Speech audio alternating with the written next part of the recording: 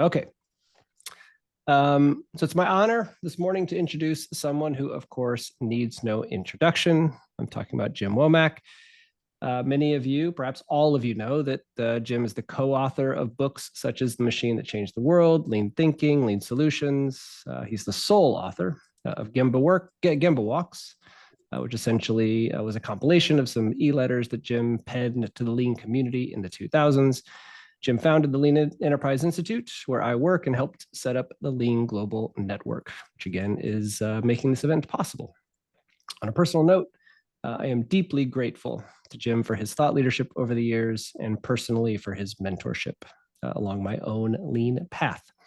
So today, Jim's going to challenge us to rethink some fundamental assumptions about lean transformation. His presentation is titled Rethinking Leadership: From Lean Heroes to Lean Managers? ? I think you're going to find this both provocative and timely. Before we begin, just a quick reminder, please remember to submit your questions using the Q&A function in Zoom Events. We'll have time at the end, about 10 to 15 minutes or so, to address some of those questions. We're hoping to hear from you.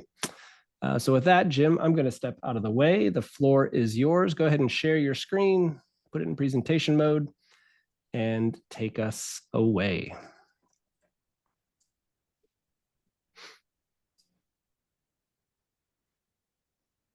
Okay. Good Perfect. morning, good evening, good afternoon, wherever you may be.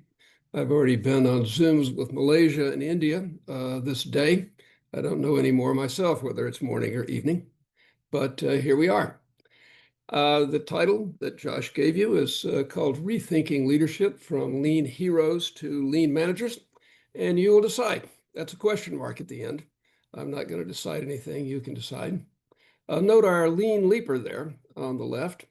That is the heroic figure that we introduced in 1997. That creature is making a lean leap, and that's a good thing, but how do you do that? So, as I do this,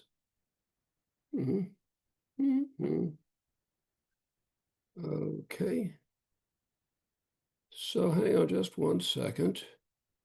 Why is this not advancing? Just 1 second. Okay.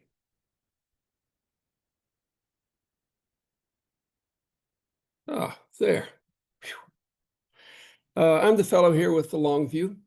I started thinking about the ideas that we now call lean on July 1st, 1975, when I joined what became the International Motor Vehicle Program at MIT. That is, for those counting, 50 years, 4 months, and 13 days. That's a long time. So I do have a long view, and I always try to talk in the context of the long view. When Dan and I met, Dan Jones and I met in 1979, that was 4 years in, we had concluded that there was a new phenomenon in the world, a new form of enterprise, which of course we later called lean. It was a new system of production of product and process, always say product and process development, LPPD, supplier management, customer support, general management, summing to a lean enterprise, 5 parts. And you need all 5, and the result is greater than the sum of the parts. And this type of enterprise was able to develop and protect employees, suppliers, support customers, reward investors, and its performance was superior to the mass production modern management world that was there before. That's the General Electric, GE, General Motors world. And we thought there was something that had gone beyond that, and it's all in machine in 1990. That is 35 years ago. So that was the summary of what it is. The question was how to do it. How can this new system of enterprise be spread to the whole world? We were ambitious in every part of every company, in every industry, in every company, for the grand global transformation, a dream, an aspirational goal. We did provide an action plan, 1996, with the Lean Thinking book. If you remember, value, value stream, flow, pool, perfection, a little mantra to go with it. but we focused on starting with value streams. Fix your value stream, convert waste to value. It will all be better, and go fast. The wonderful 5-day kaizen that we were amazed to go into old companies and discover they could actually do something in 5 days. I followed the Shingijutsu Japanese consultants around, not doing any consulting, just standing in the back watching this amazing thing of moving machines that hadn't been moved in 50 years and doing it overnight. So those were wonderful days. Go fast. And the idea was to reduce the time from order to cash and kaizen your way to lean transformation. Just an aside, I think speed has probably been forgotten largely in our lean movement. I was in China this summer. Been very interested in the Chinese motor vehicle industry and whether that's a new model. Someone there suggested that this is the next thing beyond Toyota, so I thought I should go see. And what they tell you about is China speed, which means developing and launching new products in a fraction of traditional time. Now, I'm not sure what to make of China speed. I want to go back. There are a lot of ways to measure velocity. Better make sure that you're doing apples to apples. But I was struck, it brought back my memories of the speed that we were born with and that perhaps we have not focused on and how useful that can be. Now, in our work, Dan and I suggested that to launch and follow through with a lean transformation, you needed to find a change agent, a lean leader. And the leader simply is someone who convinced the members of an organization to try things that are seemingly impossible and might not be in the short-term interest of those members, but which were in the long-term interest of the organization and the customer, and by extension, society. The leader gets people to follow who don't even know what they're doing, why they're following, and it leads to a good result. So we were really all in on heroic transformational leadership. The Lean Thinking book is full of heroic leaders. We thought all we need is hundreds, thousands of those, and the whole world will be a different place. And that leader needed to leverage a crisis. And fortunately, there are always crises in modern management organizations that tend not to pay attention to their surroundings.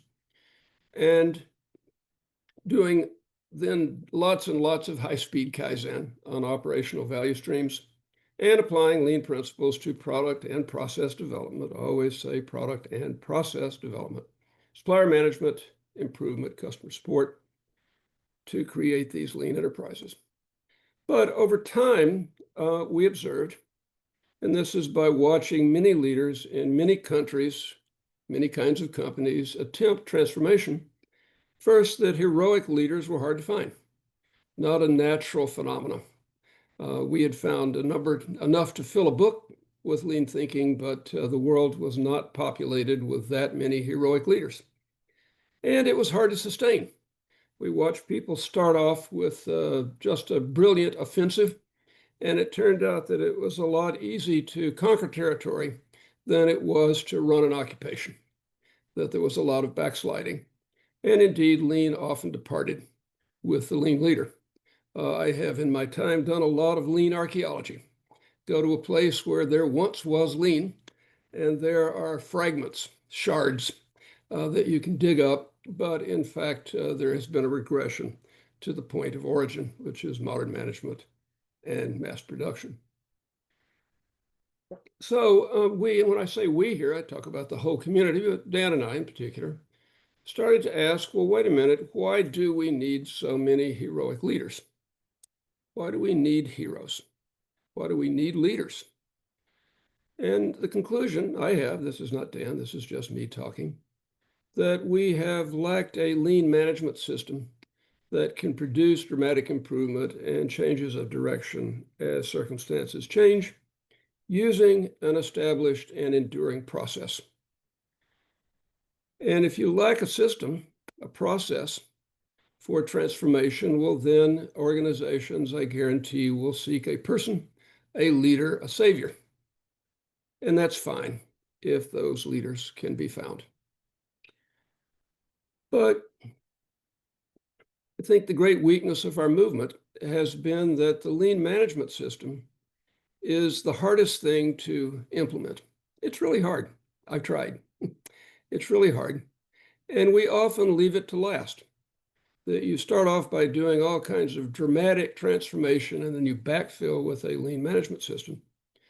But we now know that ideally it actually comes first. And so actually, in my mind, the great contribution of a lean leader, if you can find one, is to deploy a lean management system early in the transformation so that the leader is no longer needed. Leaders need to work themselves out of jobs.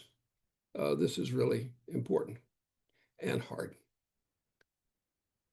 The system I'm talking about, of course, the lean management system, has the 3 levels, the hoshin planning, to deal with big problems and opportunities, not the annual plan, but the big plan. And the key thing about hoshin that we don't talk about very much is that hoshin change, the hoshin, the 2, 3, 4 things that an organization can focus on at one time when circumstances change. We think of this as being a 3, 5-year kind of cycle that goes on. That's great, except when the world keeps changing, as it seems to be doing now. So there's hoshin planning, but it has to be dynamic. There's improvement planning to deal with the need for steady improvement, what Toyota thinks of as 3% a year. Every process everywhere needs to be improved by 3% a year. That's like breathing. But that's not random acts of high-speed kaizen. That's methodical. It's planned. And then the third level is daily management to detect anomalous events and react quickly so that little problems don't become big problems. That has been the great failing of daily management. I've taken so many walks and looked at so many huddle boards or production control boards, which had so much information on the left side of the board. And on the right side of the board, the action to be taken to deal with the problem, nothing had been done. And so therefore, the whole point of daily management is instant reaction to anomaly. Instant. And you have to be able to do that or people lose confidence. And if you can do it, you create basic stability in place of daily chaos. Basic stability instead of daily chaos. And that chaos consumes the time of line managers. Go and just sit on a pile of inventory and watch line managers. And you will see that their day is just one exception after another, trying to make the day, make the week, make the quarter, make the year. And they have no time to think either about improvement or about meeting the hoshin plan. And so they depend on staff experts. And often these days, that's the OpEx team. By the way, nothing against OpEx teams. Just my belief is that they are often doing the wrong thing out of necessity because they're living in this world of chaos. And so they have to be part of the fire department. So here's a thought that the better the lean management system, and in particular the hoshin planning element, the less need there is for heroic leadership. So rethink leadership, lean leadership, as lean management. It's the path beyond heroes. And just repeat, heroes are always in short supply. And they sometimes march in the wrong direction. I saw an enormous amount of heroic activity in China, a country run by engineers. By the way, if you read the Dan Wong book, Breakneck, you really should. He contrasts China as run by engineers and America and parts of Europe as run by lawyers, and says engineers can get things done. And they certainly can. When you have an objective function that has only one variable, and that's speed, you can indeed get a lot of things done. But what if you're marching in the wrong direction? Of course, Hoshin has to think about that. I can't give a talk, can't do it. No way I can do it without talking a bit about Toyota and in this age of disruption. And what I've seen is a steady application of its lean management system, which really is unchanged since the mid-1960s when Eiji Toyota, the architect of that system, got his work done. Times change, chaos comes, chaos goes, mostly chaos comes these days, and yet no changes in personnel, Toyota promotes from within. There's never been an outsider come into Toyota to at the top. No changes in personnel because they have a continuously dynamic hoshin system that gets on it and deals with gyrations in the world, and managers misjudge. Toyota was stumped there for a bit trying to figure out how fast and what direction to go on EVs. And they got a lot of criticism for not going fast enough. And then suddenly everybody else slowed down. And the Toyota folks looked like they had been sober citizens who had taken a careful look at things rather than jumping to a solution. But this is, I think, something that all organizations would wish for, that you have a stable management system. It's constantly scanning the horizon, constantly adjusting the hoshin to fit the new circumstances with the same people, that people who came in at the bottom and who get to the top. Akio Toyoda recently stepped up to be full-time chairman. He was also the CEO and was replaced as CEO by Koji Sato, who nobody is outside the car industry has ever heard of. Here's the guy who was actually running the company. No sense of panic. This is a complex situation. We will methodically deal with it. And they have. Toyota's doing very well. I think actually better than any of the other car companies out there. So now we get to the harder part. What do you do? Let me make a couple of suppositions. That your organization, where you work, where you're living your life, would benefit from a comprehensive lean management system to replace your current modern management system. Or even maybe you have a traditional management system with craft production. It's really striking to me out in Silicon Valley and in the whole IT space how many traditional managers they are. Founder knows best, do what I say, everybody listen up. And that's fine for occupying territory. It is not fine for running a long-term occupation. So that is the system that many people find themselves in. Or maybe you have the tools, but not the tune in your organization. We use the expression in American English that you know the words, but not the tune. And we have the tools, but not the tune, oftentimes, which must be learned through steady application of tools, through experimentation and hindsight. By the way, when I say tools, I mean, daily management. That if you think daily management is just a board and you go through a ritual and no one actually thinks about what the point is, which is to immediately get on every problem, well, you don't have the tune. You just got the tools. But that may be the case in your organization. Really good at tools, wondering what the tune is. And to continue further, you're probably not a heroic leader, but you would like to be an effective lean manager. That's an aspirational goal that's actually, you can actually do, be an effective lean manager. So finally, you're not that high in the organization. So what can you do? Now, many people would say, well, you can't do anything. Game over, that's it. We can never accept that. I certainly can't accept that. So let's think about what you can do. And pretty simple, start wherever you are. Experiment with lean management methods, and that's tools plus the principles and basic beliefs, tools and basic beliefs in your span of control. In the last 10 days, I've done a lot of Gemba. I loved that. I've been out all over the US doing Gemba and had a great talk with a OpEx group in a big organization, big organization, where the CEO and the COO are absolutely not lean leaders. Absolutely not. They're good managers. They're not lean leaders. And so their question is, what can we do? And the one thing they could do was actually to practice lean management in their OpEx program, in which they do their own hoshin and do a very good job of it, in which they have categorize things in terms of what they can do as part of steady improvement, and in which they work really, really hard within OpEx to do daily management. It's funny that OpEx people often think that daily management is for everybody else. So just within their span of control, they could implement a lean management system, be lean managers, and hope that the big bosses will notice. We will see.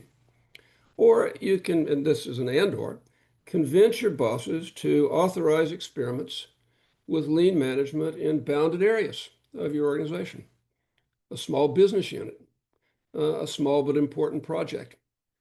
See what you can do. And then as a lean coach, many of you are, solo coaches. That's great. But are you going to coach experiments with management or just improve the performance of individual managers?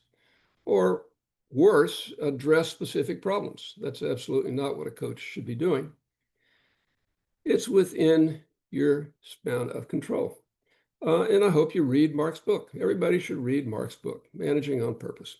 As you may know, Mark was at Toyota for 23 years, and a good part of his life at Toyota was teaching lean management to Toyota's new operations in different plants in different places, different countries. And he has now written that down. And this is the pure Toyota approach. So it's there for your taking. Anybody can do it. As you read that, you'll see it requires application. It requires repetitive trials. It requires honsei, critical self-reflection, to ask yourself honestly, how are you doing? But everybody has access to this. So wherever you are, start wherever you are. I still get people every time I go out who take me aside and say, we could do this lean stuff if our boss just believed in it, if our boss would just do it. And I say, well, gee, what are you going to do if your boss won't just do it? Give up or think of an alternative countermeasure? And so that's what I hope we can all focus on, is alternative countermeasures. Given that the world is not a perfect place, that we don't have the bosses we wish we had. We all wish we had a better boss, except for a very few of us. So that's what we have to play it where it lies. So experiment now, and let's get back to going fast. Life of lean, the life of lean is experiments. This is a dead thing unless we are all continuously doing experiments. And we can't make progress without them. As I say, you've heard it before, if not you, who, if not now, when. And you very much want to share your experimental results with the Lean Global Network. That's why we set up the Lean Global Network. Josh and I are going to talk about that in a minute. The whole idea was to have a world of experimenters, lots and lots of people in different countries and different companies and different industries trying experiments with a willingness to share what worked, maybe even more important, what didn't work, mistakes that other people need not make because we have a book of knowledge, a book of lean knowledge. And of course, the Lean Global Connection can provide a great venue. So that's my set of thoughts from lean heroes to lean managers. Is that a good place to go? Should you think about doing that? It's a question mark. One of the things that I was determined when I set out to spread the lean ideas was that we not have a narrow dogma, that we have a big tent, and that only experimental evidence speaks. You can't speak from authority, but indeed you need to take responsibility for running experiments. So that there's no dogma, I hope, here. I don't have any more answers than I've already given you. It is my hope that you will be the experimenters, long after my time. I'm getting kind of towards the end of the runway here, and I had hoped we would have perfected the world by this point, but I guess not so much. But I think we are making progress. We can make more progress if we think about it in the right way. So, Josh, I think that's enough yakking, enough PowerPoint. maybe we could have a little conversation about what we do next. That sounds great. Thanks, Jim. Just one more plug for everybody. Please use the Q&A function in Zoom to submit your questions. We've gotten 5 questions submitted so far.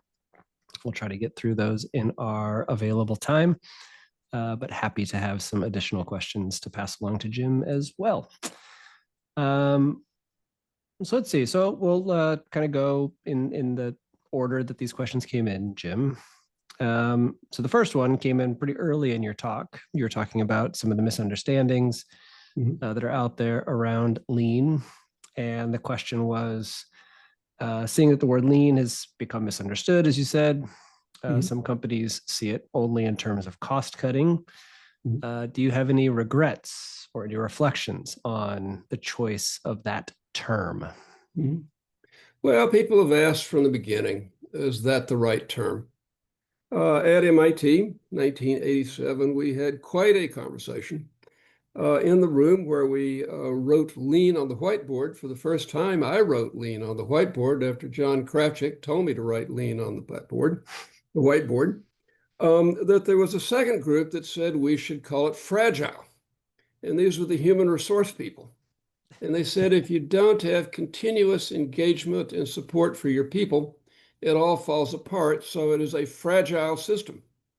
And I said, well, that might be true.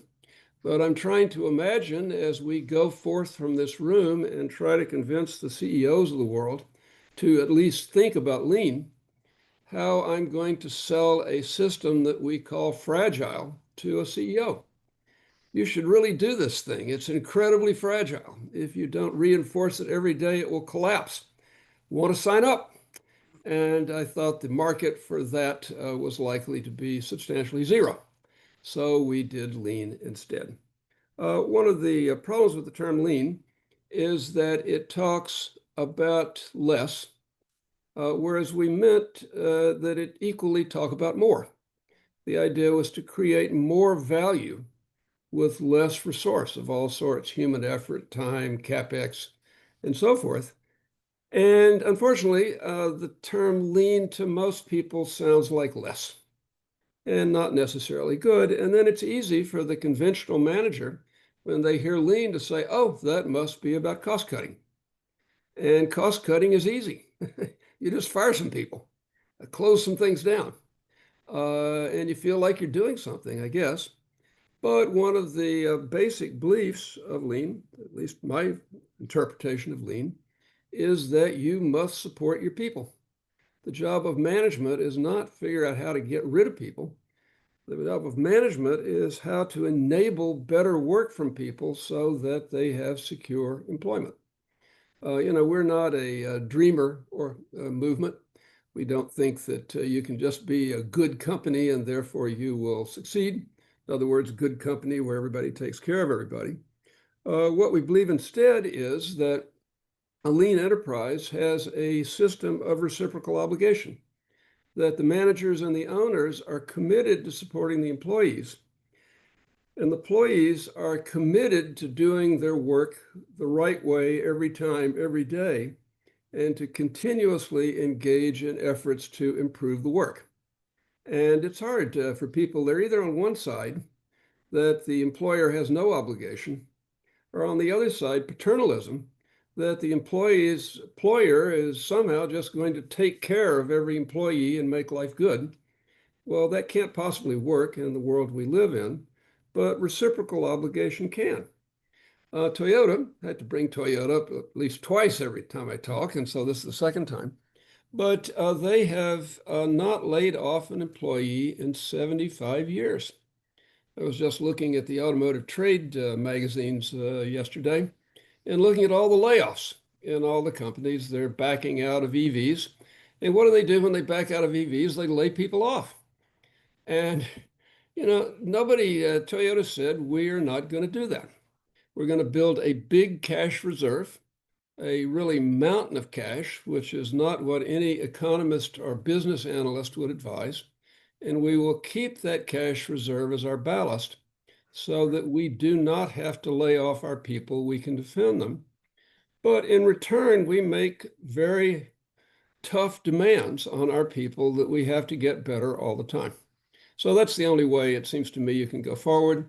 I'm sorry that a lot of people heard lean as cost cutting. That's too bad. That's a shame. It is what it is. I don't think we're going to devise a new term, at least I'm not going to on my watch. So that's the situation. That's where the ball lies. We have to play it, and let's play it. Great. Thanks, Jim. So many questions are coming in now. There's no way we can get to all of them. So I'm going to jump around a little bit. Apologies to those that questions will not get passed along to Jim, at least during this live session. We'll try to address them in some fashion. But one question here that I know I've had conversations with you about this. What are the significant limiting beliefs to lean management? And what would sort of be the opposite set of beliefs that would be more conducive to this approach? Well, a really critical thing, do you believe that just regular people, if they are given a method to address problems, and that's everything from an 8-step Toyota problem-solving method to A3, do you think that just regular people, when given a little bit of time and told, hey, you know, we really need to do something about this, can do something about it? And lots of managers out in the world, I don't think, believe that.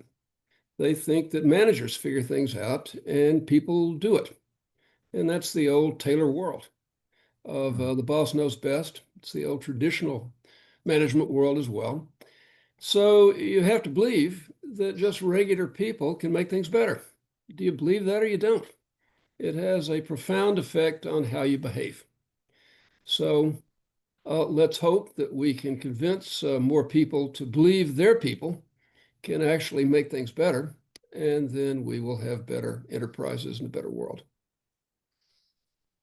So here's a very provocative question that I'm curious to get your take on. Jim, what's your perception about lean being at the end of its product life cycle? What are your thoughts about how technology and AI will hinder or distract us from real work? Well, look, AI is just the latest technology that could be a distraction because I've got the long view, been thinking about this for 50 years. I see it in a little different way that I came in. The thing that was big news back in 1975 was actually MRP, that was the heyday in which we were all going to have logistics totally automated. It's a very interesting idea that we would have feedback loops that were perfect fidelity, and we would have a decision logic that was perfectly accurate. And so therefore we could eliminate a lot of people in logistics, and certainly mine managers would not have to deal with it because it would be automatically dealt with. Well, that turned out to be a distraction. It's not to say that MRP isn't out there, it's everywhere. Actually, push systems still prevail, not pull systems. But nevertheless, there was the first thing. Second thing was ERP. You may remember that enterprise resource planning was going to make all of the knowledge in every organization available to everybody instantly. And this was good. It was going to be wonderful. And so we ended up with a world of SAPs and Oracles. Some people got very rich. And we've ended up with organizations where there are lots and lots of people who are scurrying to keep the ERP correct in relation to the current reality. So then we get to automation. By the way, the first industrial robot was introduced at GM in 1958. It was a one-axis machine that took castings out of the mold. And this was thought to be a miraculous thing, and the media was full of discussion about how robots were going to take everybody's job away. And of course, that did not happen. By the way, all of those technologies have been elaborated. Today's MRP is probably better than it was in 1975. Today's ERP perhaps is a bit better. Certainly today's robots are a bit better. If you go to any car plant really in the world, and you go to stamping, you discover that it's almost totally automated. There might be a few people doing inspection, but that's it. That welding, totally automated. There are no hand wells. Everything's being done by the robots that are loading the dies and doing the welding and taking it out of the dies and putting it on the carrier. And then the carrier is an AGV becoming a automated vehicle, goes to get everything framed up. in the body shop, and then you got painting, which is totally automated. And the only thing left that's not yet automated is final assembly, and people are working on that very hard.